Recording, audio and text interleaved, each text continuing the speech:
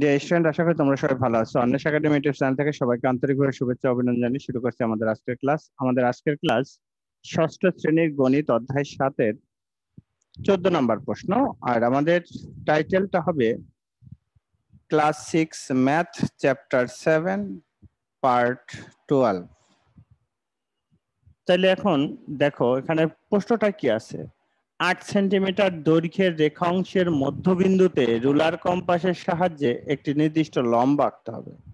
Ruler কম্পাসের সাহায্যে একটা লম্বা আঁকতে হবে। তাহলে আগেই আমাদের কি করতে হবে, 8 সেন্টিমিটার একটা দৈর্ঘ্য নিতে হবে। 8 সেন্টিমিটার আমরা এরকম একটা দৈর্ঘ্য নিয়ে নিব। হ্যাঁ,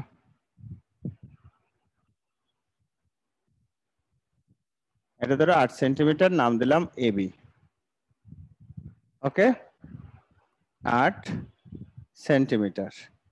এবার যে কোনো একটা রশ্মি নাও, যে কোনো একটা রশ্মি আমরা নিলাম কি এ ই, যে কোনো একটা রশ্মি নিলাম আমরা এই এই থেকে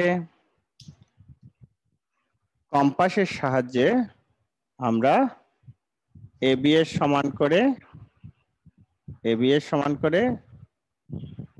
এবি অংশ কাটবো। এবি এর সমান করে এবি অংশ কাটবো। এবি অংশ কেটে নিলাম। এখন এবি এর কি বলছে, মধ্যবিন্দুতে লম্ব আঁকতে হবে। তাহলে মধ্যবিন্দু কিভাবে নির্ণয় করবা? এ কে কেন্দ্র করে যে কোনো ব্যাসার্ধ নিয়ে,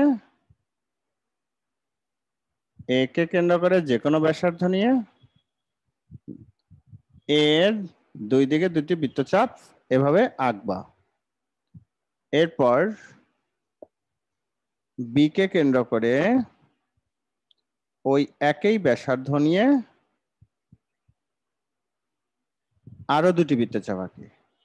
এই বৃত্তচাপ দুইটা পরস্পরকে একটা বিন্দুতে ছেদ করছে। দুইটা বিন্দুতে ছেদ করছে, একটা হচ্ছে ডি বিন্দু, একটা সি বিন্দু। হ্যাঁ, নাম দাও যে পরস্পরকে সি ও ডি বিন্দুতে ছেদ করে। হ্যাঁ, বা ডি ও সি বিন্দুতে ছেদ করে। এখন এই ডিসি যোগ করো, ডিসি যোগ করো। ডিসি এবি কে ও বিন্দুতে ছেদ করে, ডিসি এবি কে ও বিন্দুতে ছেদ করে। তাহলে এই ওডি এবি এর উপর লম্ব অঙ্কিত হলো। তো দেখো, এই যে আমরা যে চিত্রটা আঁকলাম এটার ব্যাখ্যাটাও আমরা দিব, এটার ব্যাখ্যাটাও আমাদের দিতে হবে। তাহলে দেখেন যে আমরা কিভাবে চিত্রটা আঁকলাম, আমি আরেকবার বলে দেই। 8 সেন্টিমিটারের দৈর্ঘ্যের একটা রেখাংশ নিব এবি, আর এরপর আঁকবো যেভাবে, যে কোনো রশ্মি বি নেই, বি থেকে এবি এর সমান করে এবি অংশ কাটি। এখন এ কে কেন্দ্র করে এবি এর সমান অথবা অর্ধেকের বেশি ব্যাসার্ধ নিয়ে একটি বৃত্তচাপ আঁকি, উভয় দিকে দুইটি বৃত্তচাপ আঁকি। আবার বি কে কেন্দ্র করে ওই একই ব্যাসার্ধ নিয়ে আরো দুটি বৃত্তচাপ আঁকি। বৃত্তচাপ দ্বয় পরস্পর ডি ও সি বিন্দুতে ছেদ করে। ডিসি যোগ করি, ডিসি যোগ করলে ডিসি রেখা এবি কে ও বিন্দুতে ছেদ করে। তাহলে এই ওডি লম্ব কি এবি, ওডি লম্ব এবি। তো ডিয়ার স্টুডেন্ট, এই হচ্ছে আমরা চিত্রটা কিভাবে আঁকবো তার প্রক্রিয়া। এখন এটার ব্যাখ্যাটা আমি তোমাদের একটু পিডিএফ থেকে দেখাবো। তোমরা পিডিএফ থেকে যদি ব্যাখ্যাটা ইয়ে করো তাহলে তোমাদের জন্য ভালো হবে। হ্যাঁ, তো দেখো আমরা তোমরা নোট করতে সুবিধা হবে। আমি পিডিএফটা তোমাদের সামনে দিচ্ছি, অর্থাৎ লেখাটা বর্ণনাটা কিভাবে লিখবা তাই। তো 8 সেন্টিমিটার দৈর্ঘ্যের রেখাংশ মধ্যবিন্দুতে লম্বা আঁকবা।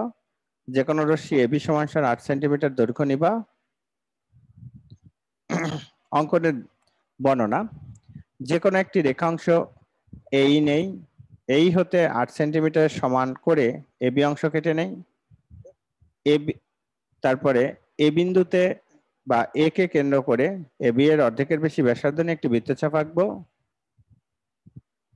দুই পাশে দুটা বৃত্তচাপ, আবার সি বিন্দুকে কেন্দ্র করে এই একই ব্যাসার্ধ নিয়ে এবি এর উভয় পাশে আরো দুটি বৃত্তচাপ আঁকি, যা পরস্পর সি ও ডি বিন্দুতে ছেদ করে।